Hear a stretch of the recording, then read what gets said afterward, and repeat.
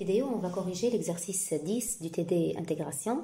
Donc, dans cet exercice, l'énoncé nous présente une intégrale IN de la forme 0 de 0 à pi sur 2 sinus à la puissance n, donc TDT, et JN, une intégrale de 0 à pi sur 2 cosinus à la puissance n, n étant un entier naturel.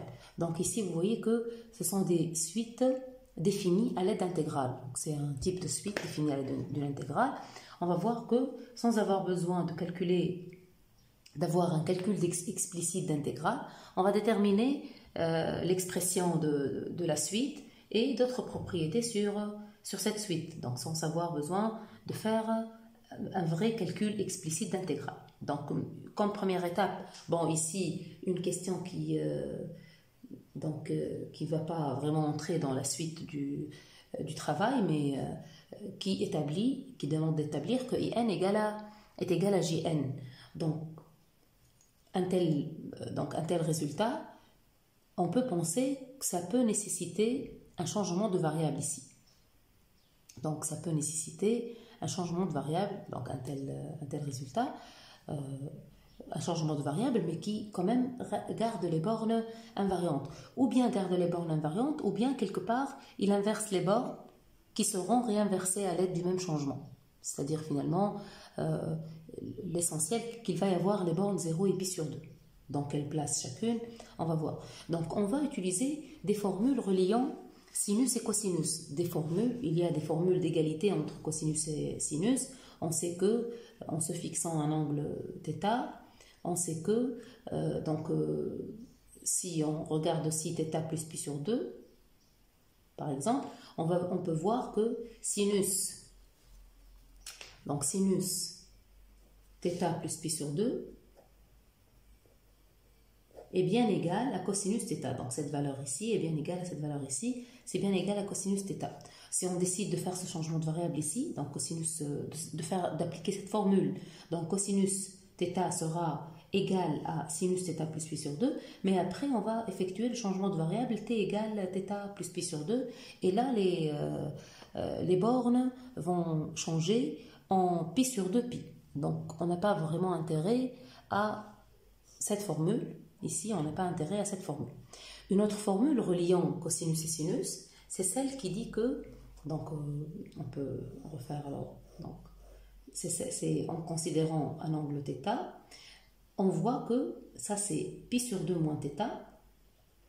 Donc on peut voir que sinus pi sur 2 moins θ, c'est le même que cosinus θ. Donc cette longueur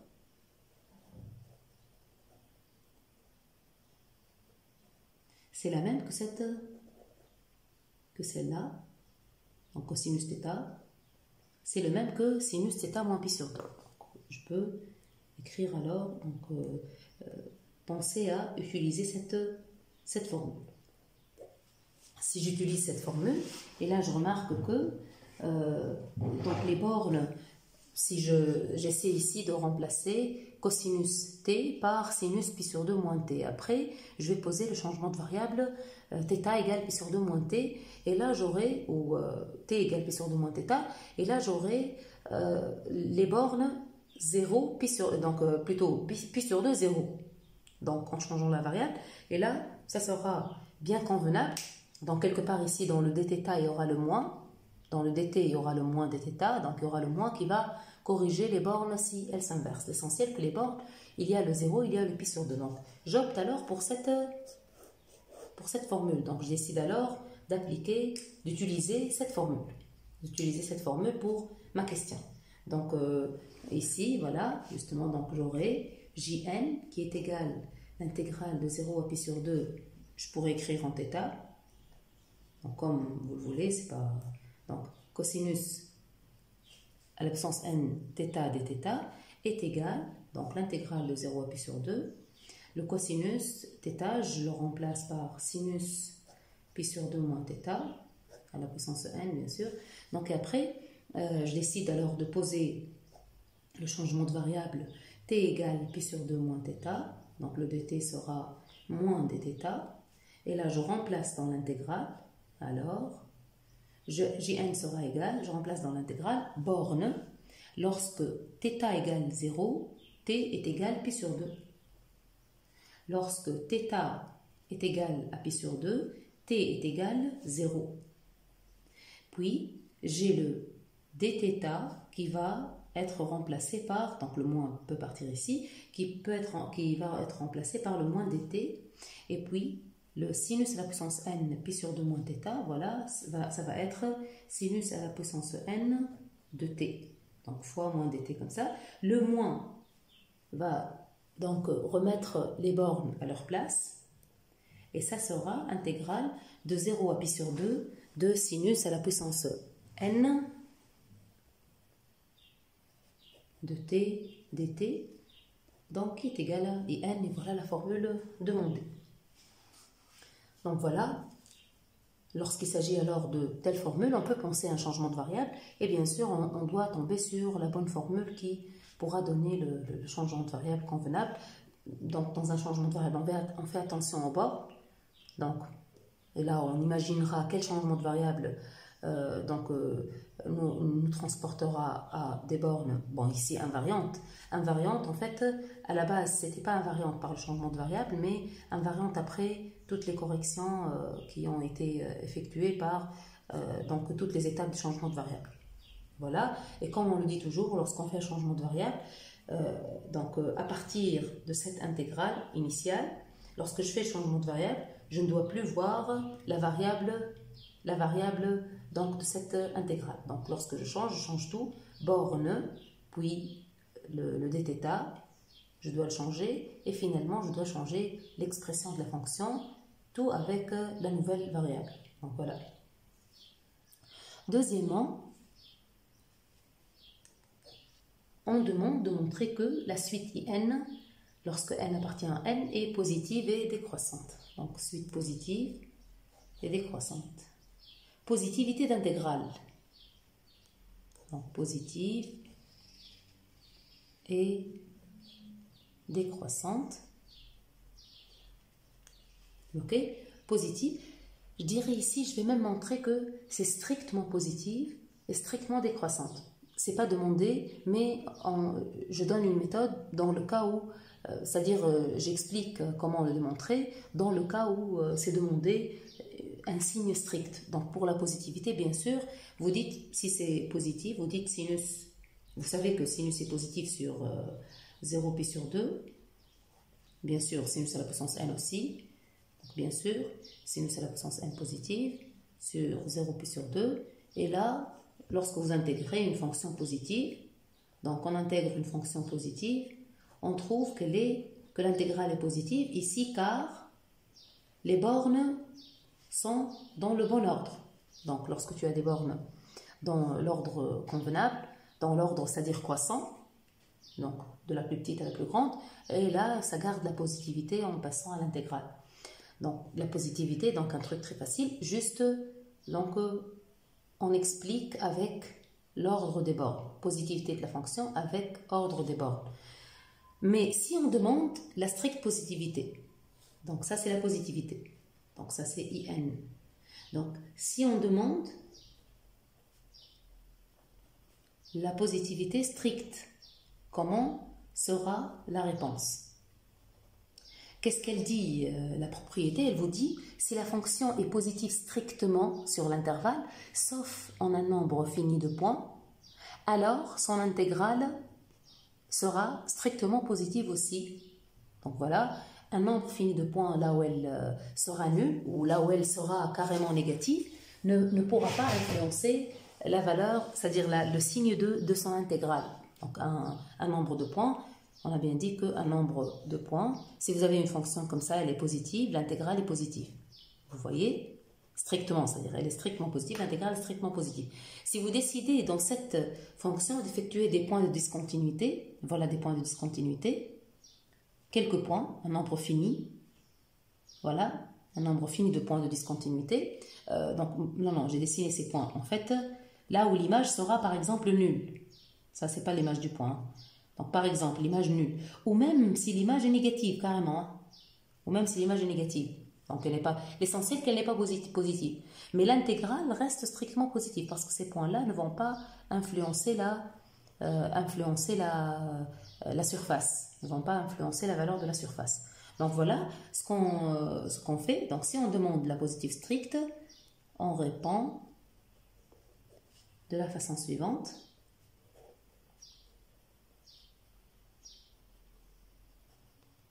Voilà. Donc comment on dit sinus est strictement positive. Déjà vous voyez ici elle est strictement positive sauf en 0. Donc on va dire sur 0 puis sur 2. Voilà. Donc, entre parenthèses, je vais dire sauf en un seul point. Ici, c'est un seul point. Donc, de même, sinus à la puissance n, c'est la même chose pour sinus à la puissance n. Voilà. Ce qui implique alors que l'intégrale de sinus à la puissance n sera strictement positive à son tour, toujours car les bornes sont dans le bon ordre. Voilà. Ici, pour la positivité, les bornes peuvent être égales. Bon, 0 bien sûr est strictement inférieur à pi sur 2, mais si les bornes étaient inconnues, c'est-à-dire A et B, donc ça peut être nul lorsque c'est AA. Donc lorsqu'on parle de stricte positivité, on doit vérifier que les bornes sont distinctes, bien sûr, surtout lorsqu'il s'agit de bornes... donc de bornes inconnues, c'est-à-dire c'est pas des bornes comme ici explicites, des valeurs explicites, des bornes sous la forme u de x, v de x, par exemple, si les bornes sont des variables par exemple, et là, il faudra bien vérifier que les bornes sont distinctes pour conclure cette positivité, cette stricte positivité, donc le strict ici, c'est-à-dire exclure le cas de la nullité d'une intégrale lorsque les bornes sont égales. Donc ici, les bornes sont dans le bon ordre et il y a une 0 qui est strictement inférieur à pi sur 2 pour toujours garder l'inégalité stricte ici. Donc ça, c'est dans le cas où on demande la positivité stricte. Voilà. Pour la décroissance, de la même façon, donc ça c'est pour la positivité, donc implique, ça y est, IN est strictement positif, quel que soit N dans N. Donc voilà, ça c'est la réponse de la positivité, mais ça c'est pour si on demande le signe strict. Donc ça c'est positif, quel que soit N dans N. Voilà, pour la décroissance maintenant, décroissance. Donc ça c'est réponse à la positivité. La décroissance, donc on doit calculer IN, c'est-à-dire voir le signe de IN plus 1 moins IN. On pourra faire le signe IN plus 1 moins IN ou bien comparer directement IN et IN plus 1. Donc ici, je préfère toujours en intégrale voir le signe pour parler toujours de positivité d'intégrale ou de négativité. Donc, mais sinon, vous pourrez directement comparer des intégrales. Donc ici, lorsque vous faites n plus 1 moins n, ça vous donne sinus, parce qu'il y a sinus à la puissance n plus 1, donc ça vous donne sinus à la puissance n de t dt fois sinus t moins 1 dt. Voilà. Voilà. Et là, vous aurez, donc là c'est une fonction positive, on l'a bien dit, et là c'est une fonction négative, toujours sinus est inférieur à 1, donc là c'est négatif. Donc le produit est négatif avec des bornes dans le bon ordre, donc l'intégrale est négative et voilà, on aura la décroissance. Donc on va le dire. Donc on sait que pour tout t réel, sinus t est inférieur à 1, ce qui implique, donc sinus t moins 1, c'est-à-dire vous pourrez l'écrire directement, sinus t moins 1 est négatif. Et quel que soit t dans 0 pi sur 2, ça c'est vrai, quel que soit t réel, quel que soit t dans 0 pi sur 2, on n'aura que sinus à la puissance n, on l'a bien dit dans la première partie, qui est positif. Donc sinus est positif, et là on aura produit négatif, implique donc la fonction en question qu'on est en train d'intégrer dans la différence in plus 1 moins in est une fonction négative.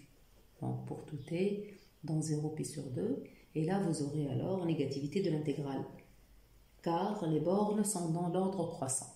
Donc, ça garde le sens de l'inégalité lorsque vous passez l'intégrale, lorsque les bornes sont dans l'ordre croissant. Car, je dis toujours, car 0 est inférieur à pi sur 2. Voilà. Donc, si j'ai besoin... Si on m'a posé la question, donc ça implique bien sûr que IN est décroissante. Donc ça c'est, parce que ça c'est in plus 1 moins in. Donc je l'écris, ça c'est in plus 1 moins in. Donc in est décroissante. Je suis décroissante.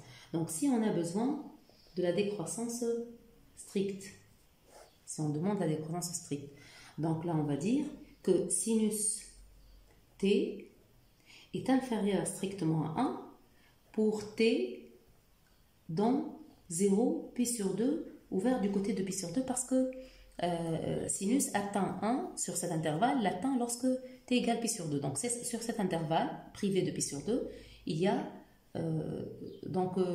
une inégalité stricte, sinus qui est inférieur strictement à t. C'est-à-dire que sinus t moins 1 est strictement négatif, quel que soit t appartenant à 0 pi sur 2, ouvert, semi-ouvert, donc ouvert du côté de pi sur 2, et comme on l'a dit, sinus à la puissance n est strictement positive, donc quel que soit t appartenant à 0 pi sur 2, ouvert du côté de 0. Donc finalement, donc la fonction qu'on est en train d'intégrer, sinus à la puissance, la quantité sinus à la puissance n t fois sinus t moins 1 est strictement négative, quel que soit t dans l'ouvert 0 pi sur 2.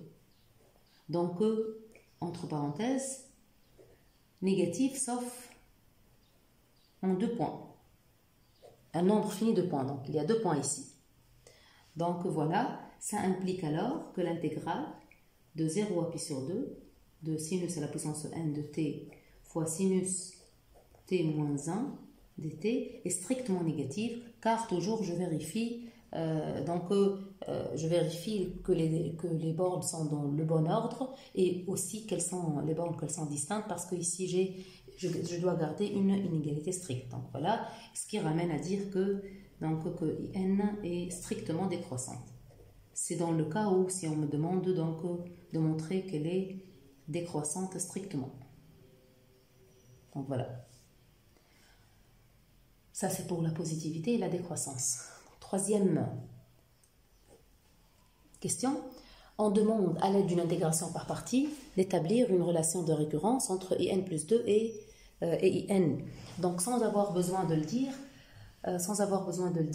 de dire que c'est une intégration par partie, généralement lorsqu'il s'agit d'un tel type de suite définie à l'aide d'intégrale, et si on demande d'établir une relation de récurrence, c'est généralement l'intégration par partie qu'on va utiliser pour essayer de voir les termes de différents ordres, comme ici le terme in plus 2 et n, l'un en fonction de l'autre, transformé avec une intégration par partie, l'écriture d'un terme à l'aide d'un autre terme et avoir une relation de récurrence. Donc ici, j'écris le in plus 2, qui est l'intégrale de 0 à pi sur 2, de sinus à la puissance n plus 2. Donc ici, on remarque qu'on utilise ici la formule de in, mais en fait, les mêmes calculs peuvent se faire avec la formule de jn et avoir les mêmes, c'est-à-dire elles sont égales. Donc on peut in la remplacer par sa valeur puisque c'est égal, et puis faire les calculs avec cosinus au lieu de sinus, donc si on veut. Voilà, donc in plus 2. Donc ici, si j'essaie de voir, si je prends sinus à la puissance n plus 1 et je le dérive, je trouverai sinus à la puissance n. Donc je pourrais aller dans ce sens. C'est-à-dire, pour décider de mon intégration par partie, je pourrais aller dans le sens de faire un sinus t fois sinus à la puissance n plus 1 t dt. Dans quel but? Lorsque je dérive le sinus à la puissance n plus 1, j'obtiens le sinus n. Donc je fais apparaître le sinus à la puissance n. Donc je vais voir qu'est-ce que j'aurai avec cette intégration par partie. Donc je vais prendre u de t, c'est sinus à la puissance n plus 1 que je dérive. Donc u' de t, c'est n plus 1, donc fois cosinus t fois sinus à la puissance n. Voilà. Donc, et puis si je prends v' t égale à sinus t primitive, une primitive sera moins cosinus t, voilà. Et puis je vais remplacer n plus 2, ça sera égal, je remplace alors. La valeur, le produit des deux primitives pris entre 0 et pi sur 2, donc c'est moins cosinus t multiplié par sinus à la puissance n plus 1 t. moins, donc moins produit prime V, plus, donc ça sera plus parce qu'il y a un signe moins, 0 à pi sur 2. Donc je pourrais ici mettre plus n plus 1, voilà. Et j'aurai ici cosinus au carré qui nous invite directement à le remplacer par 1 moins sinus carré. Je vais voir si ça donne le résultat. Donc ici, en essayant avec 0 et pi sur 2, vous voyez en pi sur 2, c'est cosinus qui annulera en 0 parce que la puissance est supérieure ou égale à 1, ça donnera 0. Donc bien sûr, attention à la puissance 0 parce que 0 puissance 0, ça donnera 1, ça ne donnera pas 0. Mais ici, la puissance n plus 1, elle est supérieure ou égale à 1, donc c'est pour ça que ça donne 0. Donc je vais écrire moins cosinus pi sur 2 fois sinus à la puissance n plus 1 pi sur 2. Et là, plus, ça donnera plus, cosinus 0, sinus à la puissance n plus 1 de 0. Ça c'est égal à 0 et ça c'est égal à 0. Et voilà, donc ici j'explique car n plus 1 est supérieur ou égal à 1. J'explique quand même pour justifier que c'est égal à 0 parce que toujours il y a le cas particulier de la puissance lorsque la puissance est égale à 0. Si c'était le cas, je vais le traiter à part, c'est-à-dire le cas où la puissance est nulle, ça donnera 1, et le cas où la puissance donc est supérieure ou égale à 1 qui donnera 0, parce qu'ici sinus 0 est égal à 0 et c'est selon la puissance. Donc plus, ici si je remplace par 1 moins sin carré, c'est bien parce que j'aurai 1 moins sin carré, donc 1 avec sinus à la puissance n, j'aurai in, et après sin carré avec sinus à la puissance n, j'aurai in plus 2. In plus 2, mais j'ai le facteur n plus 1, donc je ne reviendrai pas sur place. Je ne perdrai pas le in plus 2. Donc généralement, lorsqu'on fait des intégrations par partie et qu'on obtient la même expression des deux côtés, on craint de perdre cette expression, c'est-à-dire de perdre le in plus 2. Mais ici, ce n'est pas le cas parce qu'il y a le facteur n plus 1. Donc, j'aurai in plus 2 des deux côtés, je regrouperai et j'aurai alors in plus 2 en fonction de in, parce que j'aurai in aussi, en remplaçant cosinus carré par 1 moins sinus carré. Donc, directement, je remplace. J'ai n plus 1, 0 à pi sur 2, et je remplace le cosinus carré par 1 moins sinus carré de t dt fois sinus à la puissance n, comme on a dit, qui donnera égal, donc là c'est 0 on a dit, donc n plus 1 fois intégrale de 0 à pi sur 2 de 1 fois sinus, donc de sinus à la puissance n, voilà, donc ça c'est in moins n plus 1, et ici j'aurai sinus au carré fois sinus à la puissance n, donc j'aurai sinus à la puissance n plus 2 dt. Sinus à la puissance n plus 2 dt, et voilà, ça y est, c'est n plus 1 in moins n plus 1 in plus 2, ça implique, donc ici n plus 1, je transporte de l'autre côté, ça devient n plus 2, donc ça devient n plus 2 in plus 2, qui est égal n plus 1 in, donc ça donnera par exemple une relation, ça aussi c'est une relation, je peux m'arrêter ici, mais sinon si je veux in plus 2 en fonction de in, j'aurai in plus 2 égale n plus 1 sur n plus 2 fois in, donc n plus 1 sur n plus 2 fois in, voilà, ça c'est la relation de récurrence demandée, voilà. Donc après, on me demande, donc dans la même question en fait, on demande d'expliciter l'expression de in. Donc ici, pour donner une expression explicite, je vais vous montrer qu'est-ce que ça doit passer dans un brouillon. Donc dans mon brouillon, il doit passer un truc comme ça. Donc je dois voir, pour expliciter, je dois essayer, parce que on dit de déduire donc cette expression explicite, donc de cette relation. Si j'écris la relation, on a dit c'est in plus 2 qui est égal à n plus 1 sur n plus 2 fois in. Donc je pourrais remarquer, si j'essaie cette relation pour n égale à 0 par exemple, j'aurai i2 qui est égal à 1 demi i0. J'aurai aussi, si je poursuis un peu, j'aurai aussi I4, là je poursuis avec ces gens-là parce que voilà, I4 en fonction de I2. Donc j'aurai I4 qui s'écrit donc 3 sur 4, voilà. Donc j'aurai I4 qui est égal à 3 quarts I2, mais lui qui est égal, donc j'aurai 3 quarts fois 1 demi fois I0. Si je poursuis, donc je poursuis la même chaîne, parce qu'ici, il y a la chaîne entre les nombres pairs comme ça, parce que c'est une récurrence entre les termes avec un pas 2. Donc voilà, j'aurai I6, donc pour n égale à... ça c'est pour n égale à 4, j'aurai I6 qui est égal 5 sur 6, I4, qui sera 5 sur 6 fois tout ça, fois 3 sur 4, fois 1 demi, fois I0. Donc je remarque que les paires sont reliés. Donc cette chaîne-là, elle relie les paires. Voilà. Donc je pourrais alors dire, si j'ai un nombre pair, donc je pourrais faire pareil pour les nombres impairs. On pourra faire pareil pour les nombres impairs. Mais lorsque j'ai commencé par n égale à 0, j'ai trouvé une chaîne qui relie les paires. Une chaîne qui relie les paires.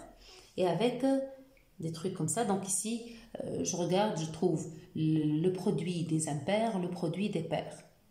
Donc voilà. Je pourrais dire comme forme explicite, je pourrais dire que si je prends un nombre pair, I de P plus 2, c'est-à-dire n égale à 2P, P dans n, en fait ici, à partir de I2, donc P dans n étoile, hein. Voilà. En fait, non, c'est pas ça. C'est I de P plus 2, donc le P dans n, mais il y a le plus 2 qui est responsable de ce 2-là. Donc voilà. C'est le n qui est égal à 2P, et c'est pas dans n étoile, c'est dans n. C'est dans n. C'est pas dans n étoile, c'est dans n. Donc voilà, parce qu'avec P est égal à 0, je commence par I2, parce qu'il y a le IN plus 2. Donc voilà. Le I de P plus 2 est égal, donc je pourrais, si je continue avec le même esprit, j'aurai 2P, ici 2P plus 1, parce qu'ici il y a 2P plus 2, voilà, IN plus 2, ici N plus 1, donc 2P plus 1 sur 2P plus 2, je dois avoir donc l'impair suivant, 2P moins 1, et ici je dois avoir, c'est-à-dire suivant dans le sens décroissant. Donc 2P plus 1, 2P moins 1, ici 2P plus 2, 2P, donc en suivant donc la même formule, fois, donc j'aurai aussi 2P moins 3, donc ici toujours de pas 2 comme ça, et puis ici j'aurai 2P moins 2, voilà les paires qui se succèdent, ici aussi les impairs, voilà, jusqu'à arriver à ici, hein. Je dois arriver à ici, c'est-à-dire je dois arriver à fois 3 fois 1, ici fois 3 quarts, je dois arriver en fait fois 5 sur 6, fois 3 sur 4, fois 1 demi, voilà, fois I0. Donc ça c'est s'il s'agit ici d'un nombre pair, IN plus 2 avec n égale 2P. Et j'aurai une forme pareille. Donc en fait on me dit d'expliciter, je pourrais m'arrêter là, c'est une forme explicite, hein.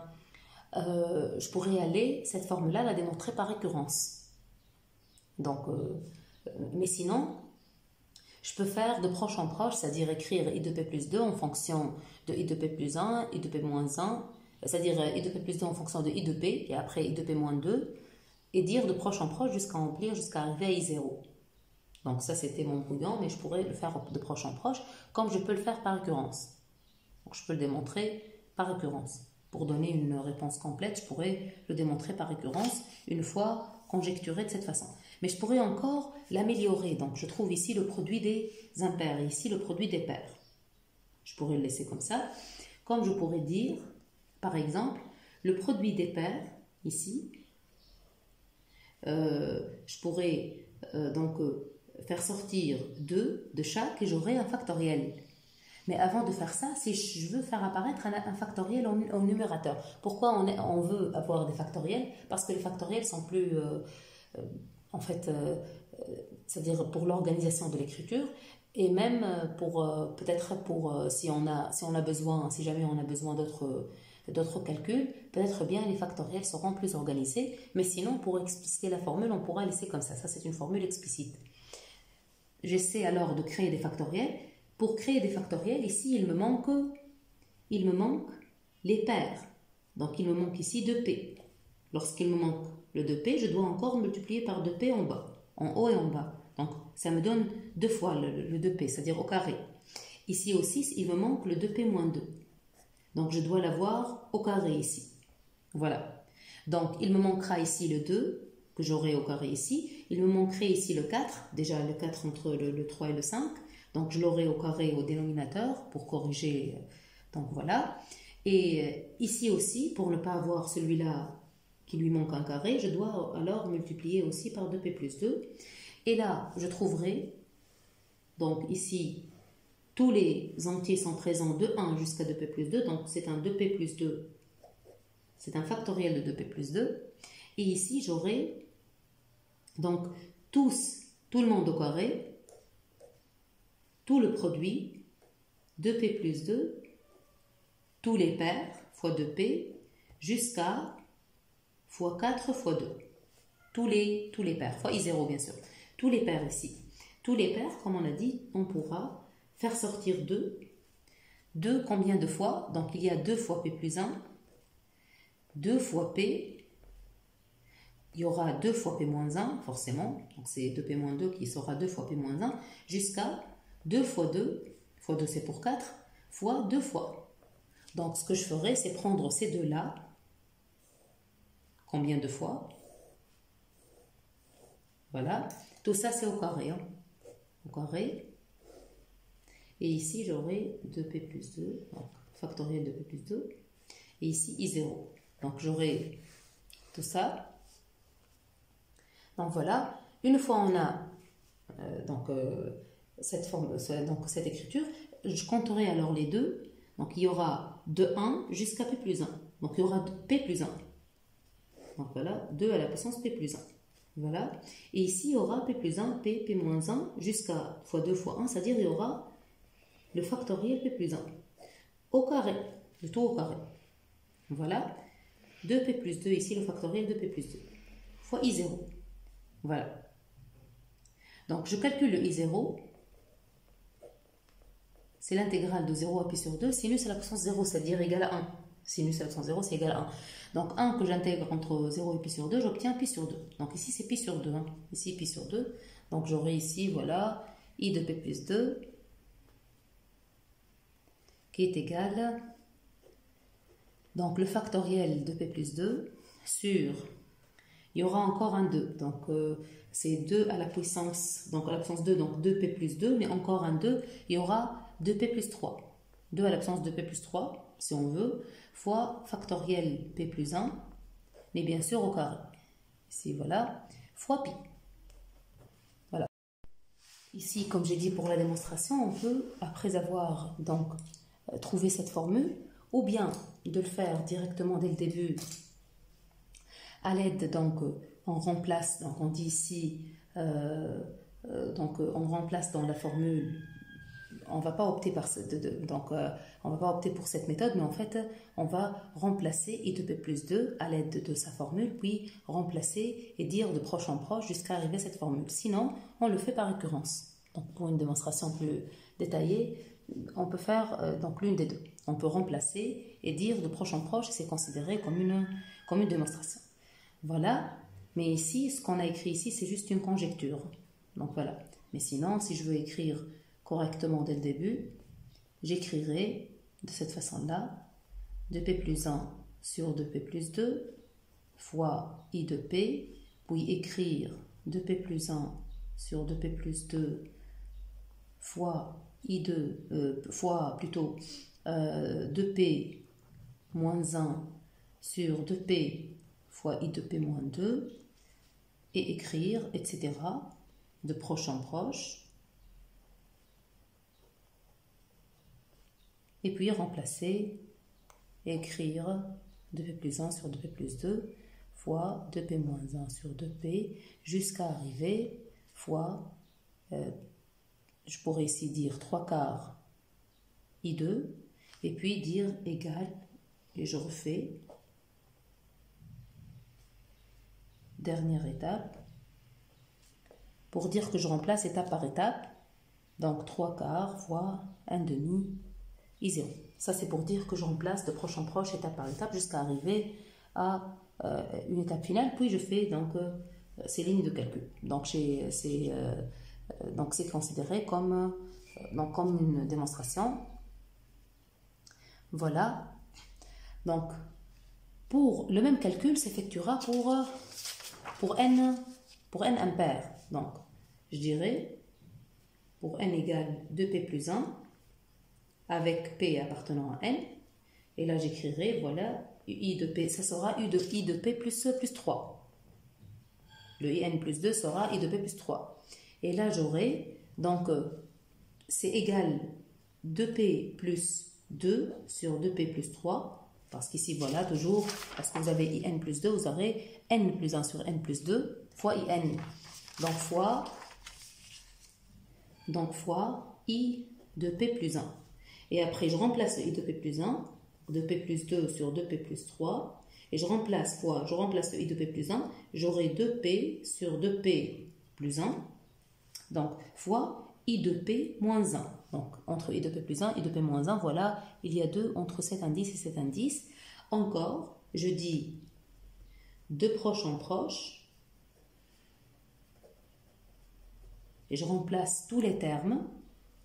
Donc 2p plus 2 sur 2p plus 3 fois 2p sur 2p plus 1 fois, donc j'aurai aussi 2p moins, donc 2p plus 2, 2p moins 2 sur 2p moins 1, etc., etc., jusqu'à arriver, par exemple, l'étape, donc l'avant-dernière étape, j'aurai i3, et j'aurai ici, donc ça c'est le n, donc j'aurai ici 4 sur 5, donc j'aurai le i5 en fonction de i3 comme ça, et puis à la fin, étape finale, le i3 en fonction de i1. Donc je réécris tous les autres, fois 4 sur 5 fois le i3 en fonction de i1, donc j'aurai 2 sur 3 i1. Donc voilà le i3 en fonction de i1 à la fin. Donc si on veut laisser comme ça, comme j'ai dit, c'est une formule explicite, mais si on veut encore l'écrire d'une façon c'est-à-dire plus organisée, avec des factoriels, etc., je vois ici que pour avoir des factoriels ici, il nous manque les termes pairs. Donc ici, il manque le 2p plus 2 par exemple, entre 2p plus 3 et 2p plus 1, donc je l'aurai au carré ici, pour le rectifier. Aussi ici, j'aurai 2p, il m'en manquera 2p, parce qu'ici, il y aura 2p moins 1, 2p plus 1, il y aura 2p moins 1, donc j'aurai 2p au carré. De la même façon, il me manquera 4 ici, donc j'aurai 4 au carré, bien sûr sans oublier que j'ajouterai 2 ici pour avoir toute la liste, donc j'aurai 2 carrés ici, et bien sûr si je dis de 2p plus 3 jusqu'à 2, bien sûr ça sera jusqu'à 1, parce que fois 1 ça ne change rien, et j'aurai alors la factorielle de p plus 3 en dénominateur. Voilà, en numérateur j'aurai tous les pairs de p jusqu'à fois 4 fois 2 au carré. Tous les pairs, le produit de tous les pairs au carré, fois i1, je calculerai i1. Donc j'aurai ici, comme le calcul précédent, j'aurai 2 et 2 et 2 en facteur, p plus 1 fois, parce qu'ici j'aurai 2 fois p plus 1, 2 fois p, 2 fois p moins 1, 2 fois 2, 2 fois 1, donc j'aurai p plus 1. Donc j'aurai 2 à la puissance p plus 1, fois p plus 1, p moins 1 jusqu'à fois 2 fois 1, c'est-à-dire j'aurai p plus 1 factoriel, comme c'était le cas, donc la factorielle de p plus 1, comme le cas précédent, avec 2p plus 3, factoriel de p plus 3 en dénominateur, et ici i1. Donc pour i1, le calcul, j'aurai ces 0p sur 2 sinus t dt, primitive moins cosinus, entre 0 et pi sur 2, et là en pi sur 2 ça sera 0, et en 0 il y aura donc un double signe moins, donc il y aura plus, et j'aurai cosinus 0 qui est égal à 1. Donc j'aurai cette intégrale qui est égale à 1, donc j'aurai ici 1. Donc les i de p plus 3, quel que soit p appartenant à n, c'est-à-dire à partir de i3, le i1, donc le i1 est égal à 1, mais quel que soit p dans n, le i de p plus 3, c'est-à-dire les in à partir les impairs à partir de i3 seront de cette forme, seront 2 à la puissance. Voilà, donc ici, si je fais descendre le carré, j'aurai 2 à la puissance 2p plus 2, et il me reste p plus 1, la factorielle p plus 1 au carré, sur la factorielle de 2p plus 3. Et voilà, donc ça c'est quel que soit p dans n, donc la formulation explicite des termes I de P plus 3. Voilà. Donc, quatrièmement, on demande de montrer que n plus 1 fois in plus 1 fois in égale à pi sur 2. Donc voilà. Donc ici, il s'agit de montrer qu'une, bien sûr, quel que soit n. Donc ici, c'est un terme en fonction de n qu'on essaie de montrer qu'il est égal à pi sur 2. Donc, c'est-à-dire qu'on essaie de montrer qu'il est constant. Je peux l'appeler un et je vais montrer que un est constante. Bien sûr, pour montrer que un est constante, ou bien de montrer que chaque terme un est égal à cette constante pi sur 2, ou bien montrer que chaque terme un est égal à un autre terme um ou égal à un plus 1 tout simplement. Je pourrais montrer que chaque terme un est égal à un plus 1. Voilà.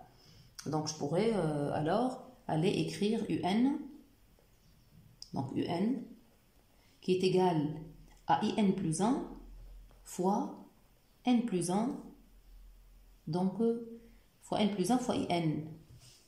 Voilà. Et j'essaie de montrer que quel que soit n, ce un-là est égal à un plus 1 par exemple. Et là, j'aurai alors que c'est constante. Si elle est constante, je pourrais la comparer alors avec u0, dire qu'elle est égale à u0. Donc voilà, un que j'écris comme ça, j'ai le n plus 1 in qui n'est autre que, d'après la relation de tout à l'heure, donc n plus 1 in qui n'est autre que n plus 2 in plus 2. Donc je remplacerai comme ça. Donc j'aurai, ça c'est in plus 1 fois n plus 2 in plus 2. Donc voilà, donc ça c'est égal n plus 2 in plus 2.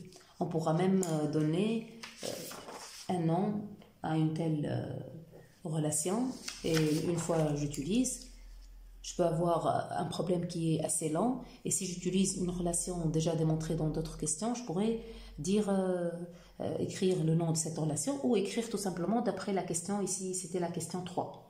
Bon, ici les questions, il n'y a pas plusieurs questions, mais on fait donc cette méthode d'organisation lorsqu'il s'agit donc d'un problème qui est assez lent, donc d'après donc une relation à laquelle on a donné un nom, voilà, et ça organisera alors le travail.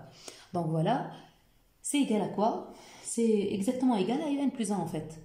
Donc si tu écris n plus 1, j'essaierai de l'écrire de la même façon que un plus 1 juste pour le voir. Donc j'aurai comme ça n plus 2 fois in plus 2 fois in plus 1.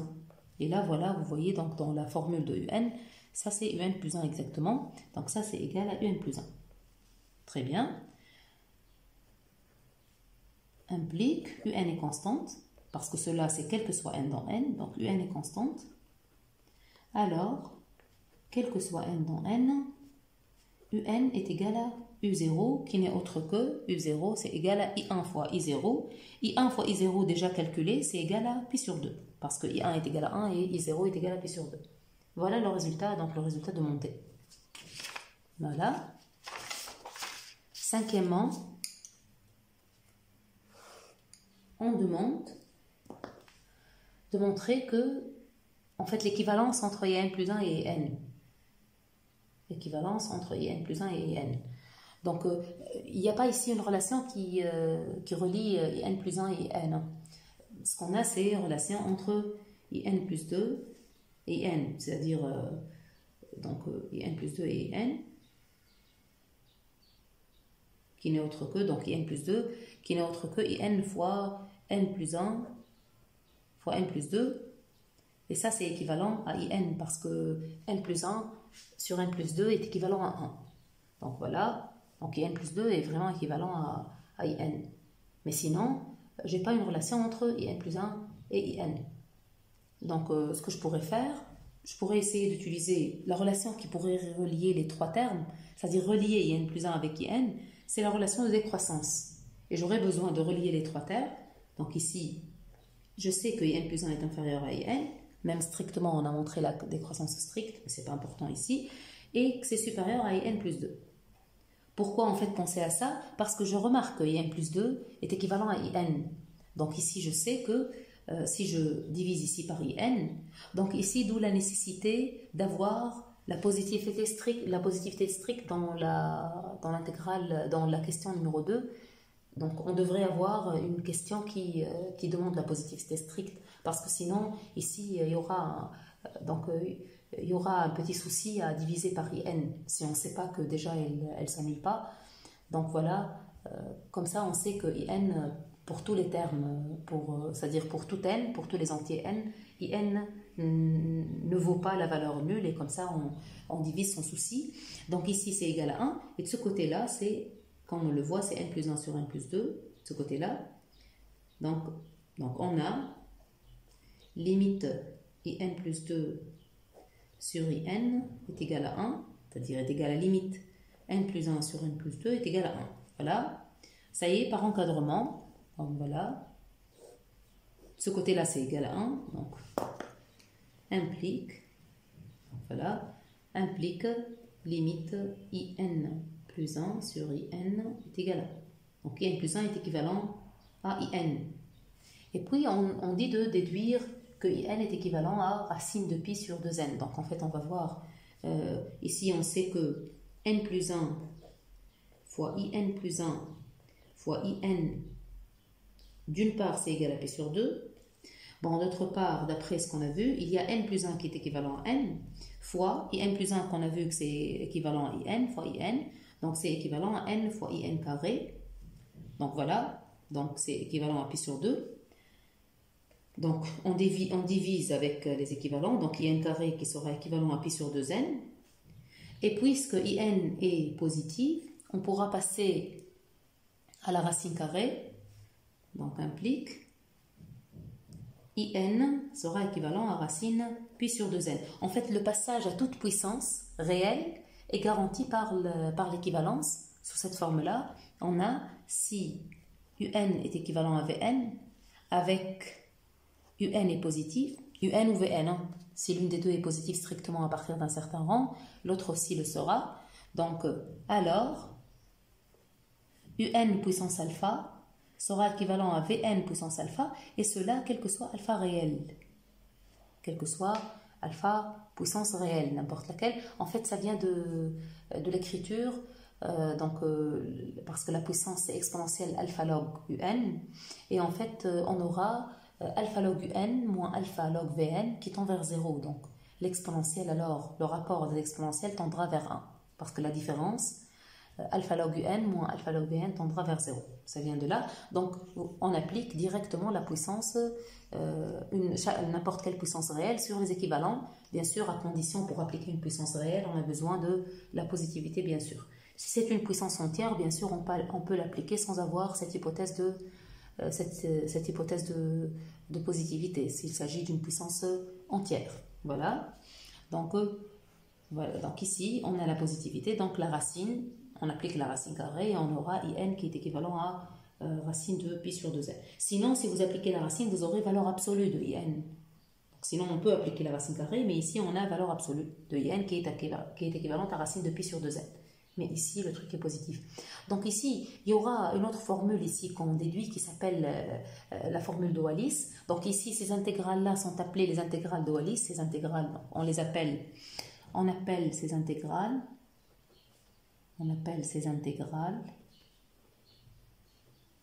les intégrales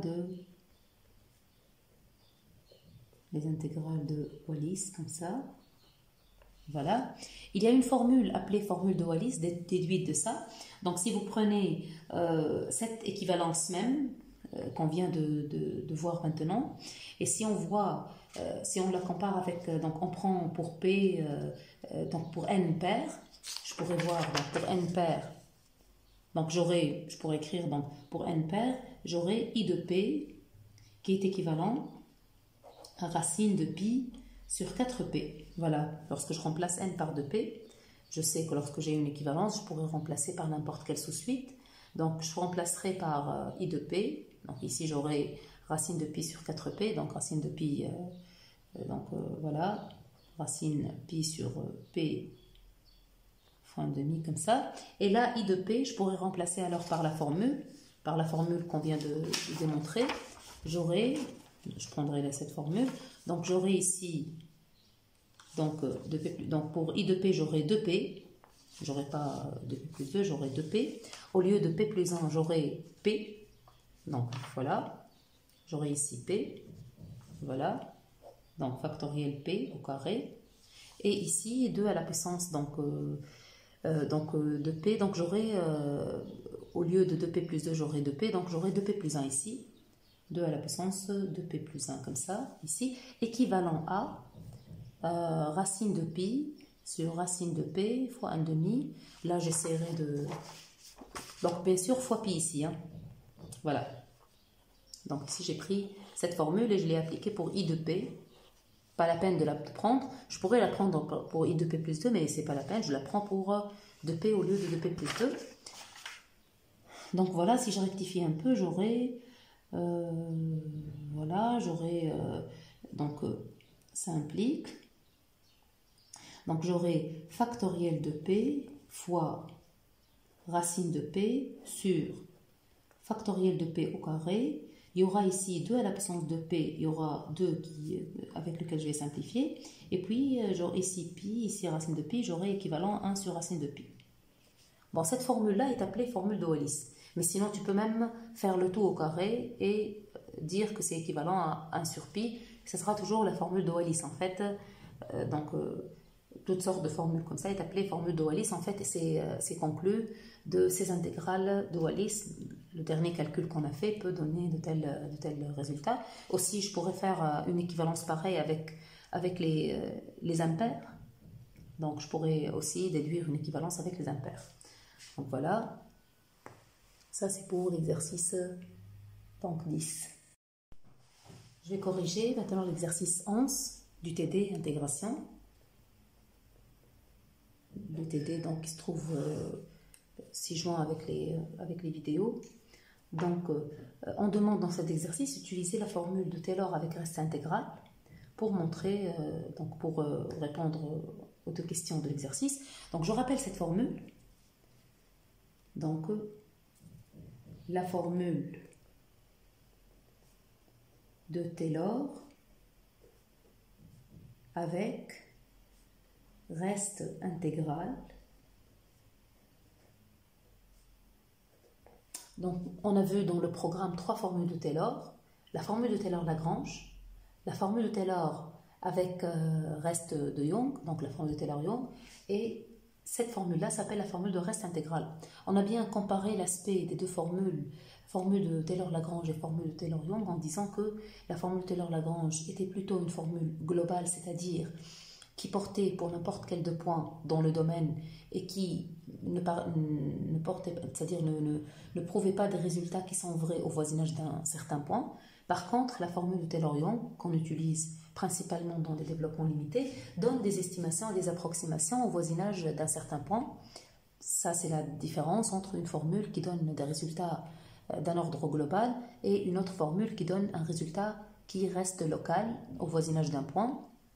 C'est-à-dire formule applicable et utile juste au voisinage d'un point, pas pour n'importe quel 2 points du domaine, là où la fonction est assez régulière pour satisfaire la formule. Aussi pour la formule de Taylor avec un reste intégral, ça reste une formule donc, globale, donc, qui demande une fonction f de i dans R ou dans C. Donc ici, formule Taylor-Lagrange, on a vu qu'elle est valable pour les fonctions à valeur réelle, la formule de Taylor-Lagrange. Formule de Taylor-Young qui reste valable aussi pour les fonctions à valeur complexe. Et aussi la formule de Taylor avec reste intégral qui est aussi valable pour les fonctions à valeur complexe. Qui demande donc de classe Cn plus 1. Donc cette formule, plutôt elle est la plus exigeante des formules de Taylor. La formule de Taylor avec la formule de Taylor-Lagrange, elle demande en fait la classe Cn à l'intérieur de l'intervalle, la classe Cn plutôt sur l'intervalle, et la classe Dn plus 1, c'est-à-dire dérivabilité n plus 1 fois, à l'intérieur, c'est-à-dire sur l'intervalle privé de ces bornes. Donc à l'intérieur, c'est un truc qui ressemble bien sûr à l'accroissement fini. Donc toujours Taylor-Lagrange, on l'associe à l'accroissement fini. C'est la généralisation d'ordre n de l'accroissement fini. Donc voilà, donc pour la formule de Taylor-Young, elle demande la classe Cn, ou même la dérivabilité n fois, qui pourra suffire. Donc on donne des preuves de cette formule, une qui demande la classe Cn et une autre qui n'utilise que la classe Dn, c'est-à-dire dérivabilité n fois. Pour la formule de Taylor avec reste intégrale, elle demande la classe Cn plus 1. On voit déjà que on fait une intégrale pour le reste, pour la dérivée d'ordre n plus 1. Donc dans la formule, le reste, il figure, dans la formule, le reste, il intègre la dérivée n plus unième. On demande ici sa continuité, cette dérivée n plus unième. Donc, soit f, une fonction de cette façon-là, qui soit de classe Cn plus 1 sur i, bien sûr, et a et b dans i, on aura f de b qui est égal à la somme de k allant de 0 à n de f km de a sur factoriel k fois b moins a puissance k plus 1 sur factoriel n. Et ici, à remarquer que c'est factoriel n, c'est pas factoriel n plus 1, contrairement aux autres formules de Taylor, fois l'intégrale de a à b de b moins t à la puissance n fois dérivée d'ordre n plus 1 de t dt. Voilà. Voilà. Donc ici on remarque c'est l'intégrale de la dérivée n plus unième, mais avec b moins t à la puissance n. Donc ici, il n'y a pas le b moins a à la puissance n plus 1, le b moins a à la puissance n plus 1 se cache ici.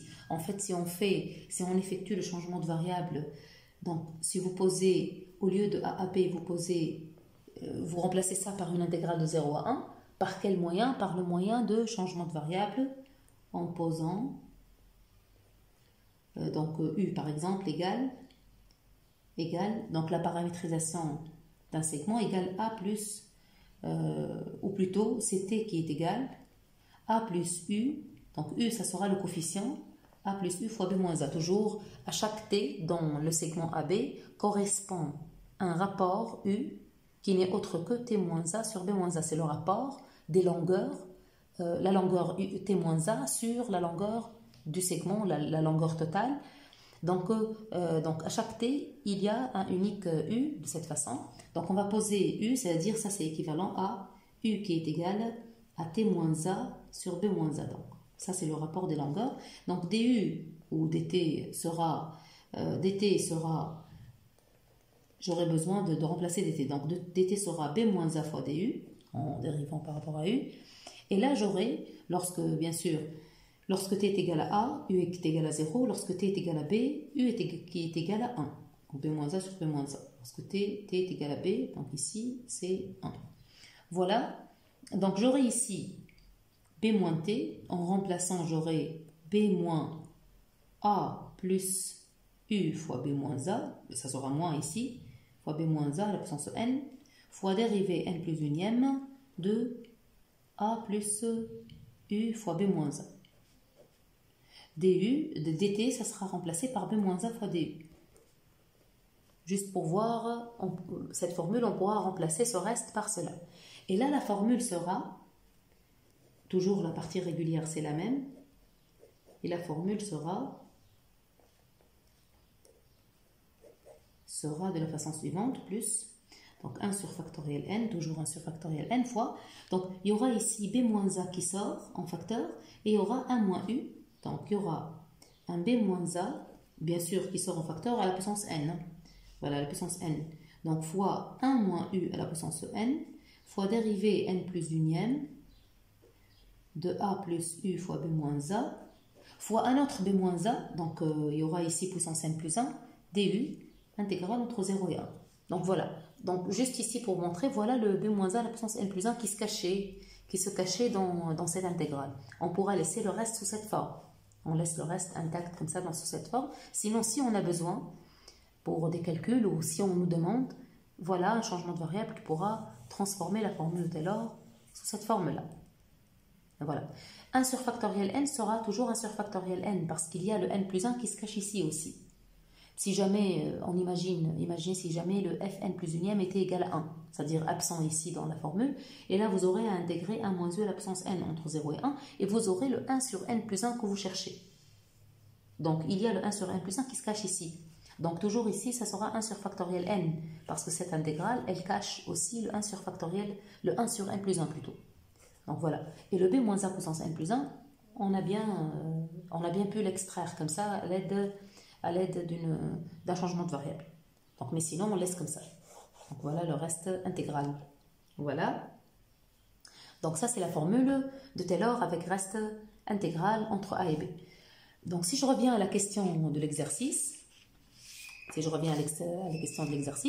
je remarque qu'on me demande à l'aide de cette formule de démontrer que l'intégrale de 0 à x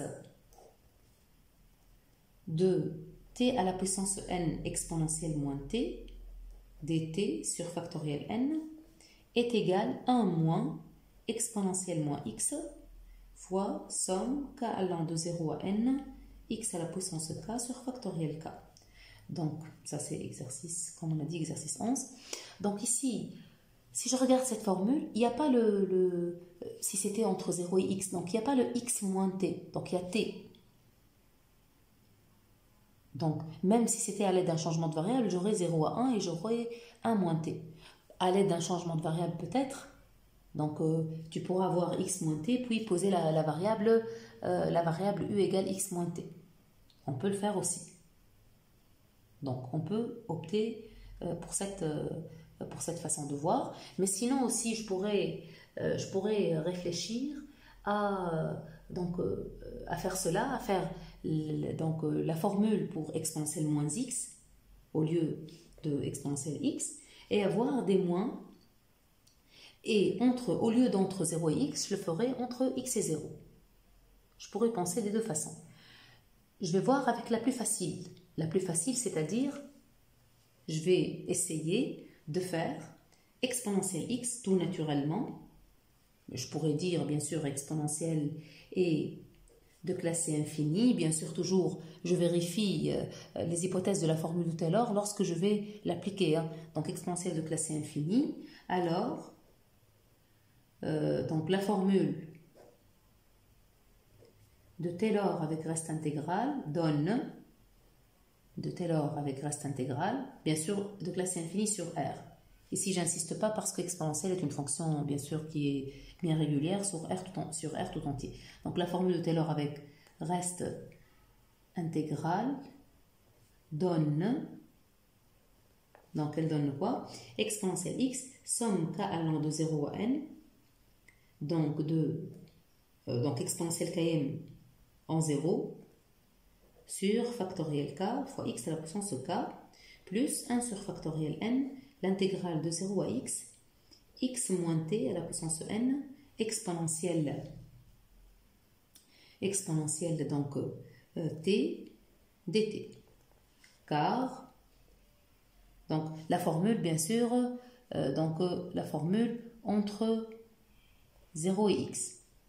Donc ici, j'ai sauté cette ligne. Bien sûr, je dois l'écrire avant d'écrire la formule directement. Exponentielle de classe infinie. Alors, la formule de Taylor avec reste intégral entre 0 et x à l'ordre n donne, ça c'est la phrase complète, donne, voilà. Donc, voilà.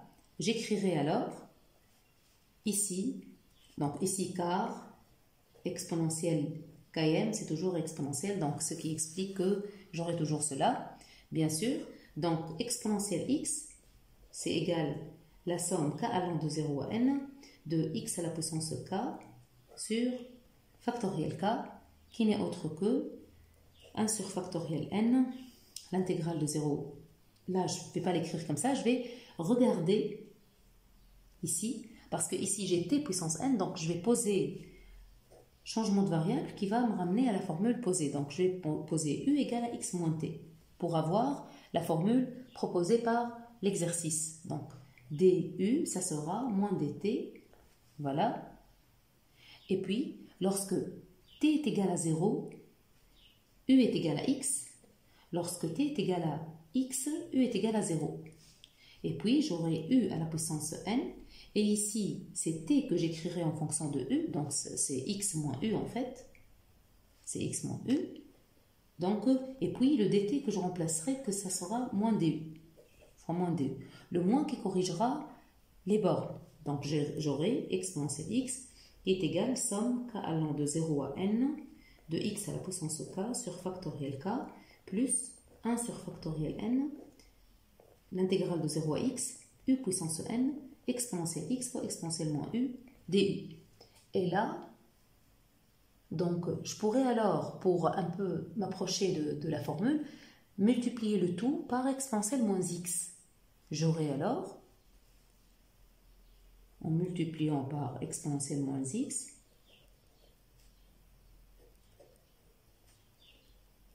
j'aurai 1 qui est égal exponentielle moins x fois la somme, et bien sûr plus exponentielle moins x qui va simplifier ce exponentielle x, bien sûr qui est constante, qui peut sortir de l'intégrale, 1 sur factoriel n, l'intégrale de 0 à x, u puissance n, exponentielle moins u du. Et voilà, ça donne l'égalité demandée, donc j'aurai 1 moins cette expression qui est égale à cette intégrale. Donc voilà, d'où le résultat, d'où intégrale 1 sur factoriel n de l'intégrale de 0 à x, u puissance n, exponentielle moins u du, qui est égal à 1 moins exponentielle moins x, somme k allant de 0 à n, x à la puissance k, donc sur factoriel k. Voilà, ça c'est la méthode la plus facile. Donc j'ai eu deux méthodes, c'est-à-dire j'ai réfléchi à deux façons de faire. Si jamais on me demande par exemple de montrer à l'aide de la formule de Taylor avec reste intégrale et de deux façons différentes, la deuxième sera d'appliquer pour exponentielle moins x, donc la fonction qui a x associée exponentielle moins x, si je la dérive k fois, donc deuxième méthode,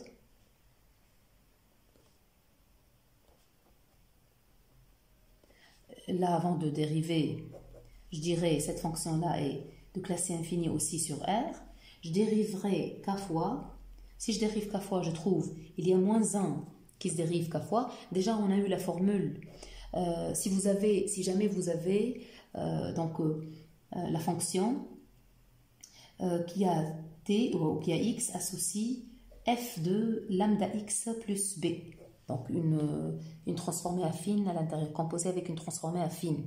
Donc si ça c'est h, vous aurez h km de x, vous aurez que ça sera lambda puissance k fois f km de lambda x plus b. Donc si vous dérivez k fois cette fonction h par rapport à x, vous aurez, parce qu'elle est composée avec, c'est la composée de f avec cette transformation affine, vous aurez lambda à la puissance k, f km de dérivée km de f appliquée à lambda x plus b. Donc vous voyez ici que b n'influence pas, donc une transformation affine comme ça, donc le b, vecteur de translation, n'influence pas les dérivées.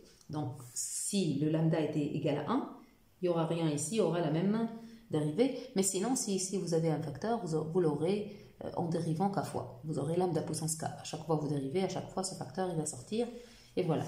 Donc ici, vous avez exponentielle moins x. Donc vous aurez moins 1 puissance k fois la dérivée exponentielle, qui est toujours exponentielle, appliquée à moins x. Donc ici, parce que lambda est égal à moins 1. Donc ça, c'est la formule, bien sûr, que vous pouvez appliquer là où vous voulez. Voilà, donc ça, c'est hkm de x. Donc la dérivée hkm, c'est ça. Donc si je décide d'appliquer la formule de Taylor,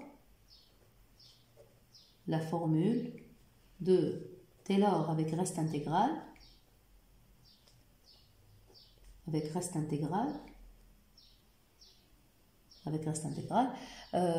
donc à l'ordre n, pour a égale x et b égale 0. C'est-à-dire j'essaie d'inverser, le fait d'inverser, au lieu d'avoir 0, c'est-à-dire au lieu d'avoir la formule centrée en 0 ici, vous aurez le 0 ici et la formule en x. On pourra alors jouer avec la formule comme on le veut pour avoir toutes sortes de résultats. Donc ici, si je l'écris comme ça, j'aurai exponentielle 0 qui est égal, moins 0 en fait, la fonction c'est exponentielle moins x. En appliquant la formule de Taylor avec reste intégral à l'ordre n pour a égale à x, et bien sûr, on l'applique à h, en appliquant à h. Bien sûr, à la fonction h, on l'appliquera, c'est pas à la fonction exponentielle, c'est à la fonction exponentielle moins x. Donc exponentielle moins 0, qui est lui-même exponentielle 0, qui est égal à 1, et bien sûr qui est égal, exponentielle 0, qui est égal à la somme, k allant de 0 à n, et là je dirais c'est les hkm en x sur factoriel k, fois 0 moins x à la puissance k. Bien sûr, j'écris bien comme ça, de cette façon-là, pour bien dire, voilà, c'est b qui est égal à 0 et a qui est égal à x. Donc, plus, j'écris bien le reste. Le reste, il y aura x et 0, de cette façon-là, de a à b.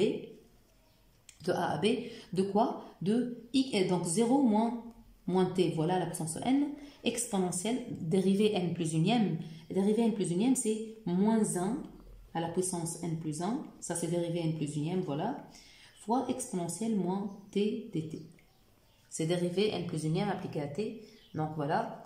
Je transforme un peu maintenant la formule. Je transforme la formule trouvée.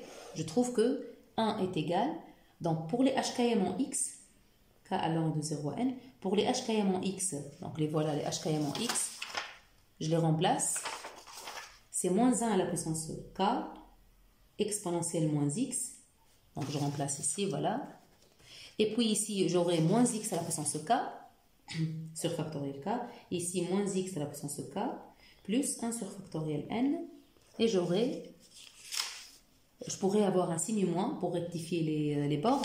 Parce qu'ici, c'est de x à 0 et moi, j'ai besoin de bornes de 0 à x. Donc, de 0 à x, moins t à la puissance n, fois moins 1 à la puissance n plus 1 fois exponentielle moins t dt. Voilà, est égal. Donc ici, j'ai le exponentielle moins x qui sort de la somme. K allant de 0 à n, j'aurai moins 1 à la puissance de k. Et voilà, donc ça donnera 1. Fois x à la puissance k sur factoriel k. Je m'approche de la formule.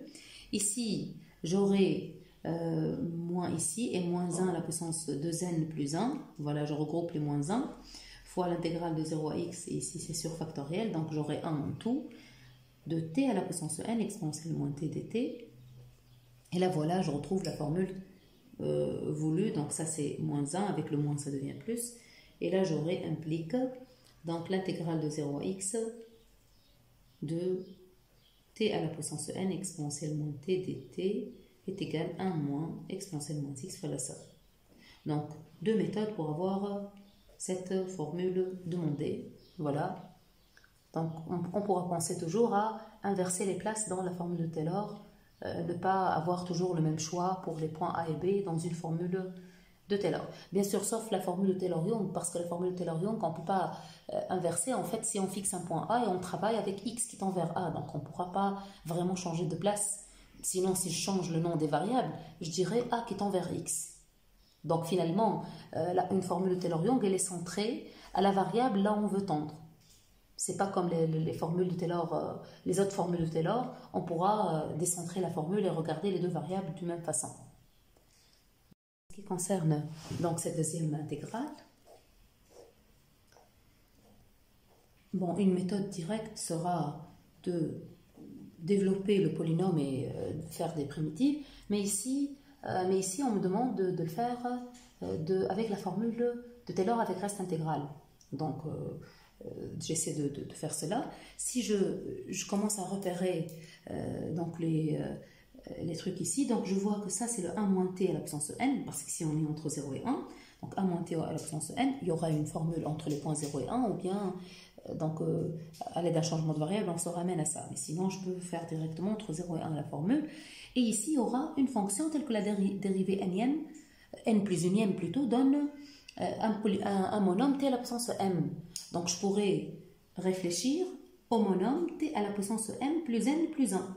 Pour le même n, pour le même n, je sais que si je dérive ce monôme, donc si je pose ce polynôme,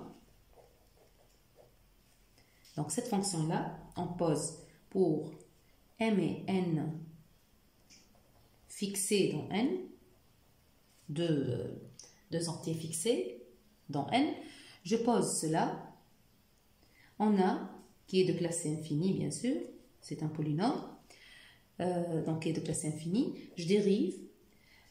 Si je dérive exactement n plus 1 fois, donc en t, j'aurai donc une dérivée d'une puissance m plus n plus 1 fois m plus n fois, etc. jusqu'à m. Donc m plus n plus 1 moins, donc je dérive n plus 1 fois, donc je trouve moins n en fait. Donc voilà, donc je dois à la dernière place trouver en fait moins n plus 1, encore plus 1. Donc ça sera moins n tout simplement. Donc voilà, donc ce sera, à l'étape finale, ce sera m plus 1 fois t à la puissance, donc t à la puissance m. Étant donné alors cette dérivée de ce polynôme, donc on décide d'utiliser la formule de Taylor avec reste intégral qu'on applique à ce polynôme même, donc en utilisant la formule de Taylor avec reste intégral, donc appliqué à f, à p plutôt, appliqué à p entre 0 et 1 à l'ordre n, parce que le reste doit être à l'ordre n plus 1, à l'ordre n. Voilà, en appliquant cette formule, on aura p de 1 qui est égal à pkm en 0 sur factoriel k de 1 à la puissance k, bien sûr, somme de 0 allant de k allant de 0 à n, plus reste 1 sur factoriel n, l'intégrale de 0 à 1, donc 1 moins t à la puissance n fois dérivée de p à l'ordre n plus 1 appliqué à t. Et là, ces quantités-là doivent être les coefficients du polynôme, le coefficient de p de 0 à n. Et là, les coefficients de p de 0 à n, p de t ici, je rappelle, p de t est égal à t à la puissance m plus n plus 1. Donc les coefficients de 0 à n, ordre inférieur à m plus n plus 1, sont tous nuls. Il n'y a qu'un seul monôme, c'est un monôme. Donc ici, sont tous nuls. Donc ces coefficients-là sont tous nuls et toute cette partie régulière est nulle. Ce qu'il me reste alors, c'est 1 sur factoriel n. Et ici, je remplace alors par la dérivée n plus unième, j'aurai m plus n plus 1 jusqu'à produit jusqu'à m plus 1, m plus 1. Je pourrais transformer ça en des factoriels comme on a dit. L'intégrale de 0 à 1, 1 moins t puissance n, t puissance m dt. Ça c'est la dérivée d'ordre m plus 1. Et là je pourrais même, donc ici, multiplier par factoriel m, diviser alors par factoriel m, et avoir m plus n plus 1, donc le factoriel de m plus n plus 1, sur factoriel n fois factoriel m. Voilà l'intégrale de 0 à 1 moins t puissance n fois t puissance m dt. Et là, ça donne le résultat. P de 1 de l'autre côté, donc le résultat est donné par la connaissance de P de 1, mais P de 1 est égal à 1, ici. Donc j'aurai alors l'intégrale de 0 à 1 moins t puissance n fois t puissance m dt est égal à donc factoriel n fois factoriel m sur factoriel m plus n plus 1. Et cela, quel que soit m et n. Donc, ce même résultat pourra être... c'est pas le même résultat, en fait. Un autre résultat pourra être déduit donc, en calculant directement, en développant le polynôme, ici, avec la formule du binôme de Newton. Et là, on pourra avoir une égalité. Donc, si vous développez à l'aide de la formule de binôme de Newton, vous aurez, si je décide de le faire, d'un autre côté, ici, c'est pas demandé, mais si jamais il y a une identité qui est demandée, donc qu'on pourra faire à l'aide de cette intégrale. Donc d'un autre côté, on pourra dire que cette intégrale-là sera égale, t puissance m ici, sera égale à l'intégrale de la somme k allant de 0 à n des CNK, donc ici moins 1 puissance k, t puissance k, avec 1 puissance n moins k, donc fois t puissance m, bien sûr, dt, et là, intégrale et somme, donc un interverti, bien sûr, tous les trucs sont finis, donc voilà, CNK ici, CNK, fois moins 1 à la puissance k, et là j'aurai t à la puissance k plus m dt. Celle-là donnera, en primitivant, elle donnera 1 sur k plus m plus 1. Donc on fera la primitive t à la puissance k plus m plus 1 sur k plus m plus 1, ça donnera ça, et on aura la somme k allant de 0 à n, moins 1 puissance k, fois CNK, CNK c'est factoriel n sur factoriel k fois factoriel n moins k, fois k plus m plus 1. Et là, ça c'est égal, par égalité, c'est égal factoriel n fois factoriel m fois m plus n plus 1, factoriel n plus n plus 1. Donc voilà une identité qu'on peut donc ici déduire par ce calcul-là, un calcul avec la formule de Taylor et un calcul donc d'une façon très normale en développant cela comme étant donc en le développement et en faisant une primitive monome par monome, je pourrais avoir que cette somme-là est égale à cette quantité. Voilà.